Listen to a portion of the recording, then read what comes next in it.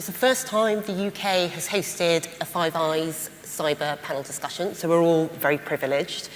And I should probably briefly explain that Five Eyes is the term that we use to describe the intelligence alliance between our 5 countries.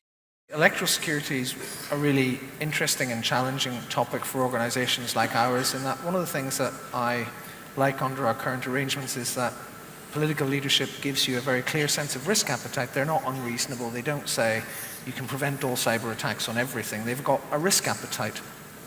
What you find in electoral security, and it's really commendable, is that risk appetite on electoral security is close to zero. Being small, we don't always have the resources and the capability to manage these threats, but having the partnership with the Five Eyes gives us access to an awful lot of information and material that greatly bolsters our defences. So in terms of New Zealand, we've rolled out some defensive services to our nationally significant organisations. We also focus on the vulnerability of our organisations, and one of the key things is looking at what's their capability to defend, what are the key vulnerabilities and where do they need to actually apply the resources.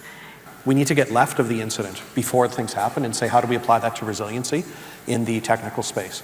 We're not going to win this by speed of information sharing when there's an incident. We have to start to work on the systemic problems that we have in the industry, and that's where we can learn from incidents. How did this happen? What failed? And right now, I know that this could be controversial, but honestly, the basics matter so much. So many incidents are prevented by just doing the top 3 or top 4 of what we call our top 10. We all have a different version of it. Essential 8, I think, is the Australian version, and there's a top 10 or cyber actions and things like that. But the fact is, patching is remarkably effective. Deterrence is not one thing. One action doesn't deter the people who are finding advantage by going after us in the cyber domain. And so that means we have to have a portfolio of solutions, and that ranges from hardening and making it just more difficult to come at us in a technical sense. One of the things we've got to realize in the internet age is there's so much at stake for the things we've connected and the things we rely on, whether it's critical infrastructure or our financial well-being. We have to establish these norms, right? There's a small set of countries who are not behaving within international norms, right? If you look at the countries who have blatantly come out and attacked other countries in cyberspace, or countries who are stealing wealth to avoid sanctions, right? They're literally bank robbing in the cyber realm.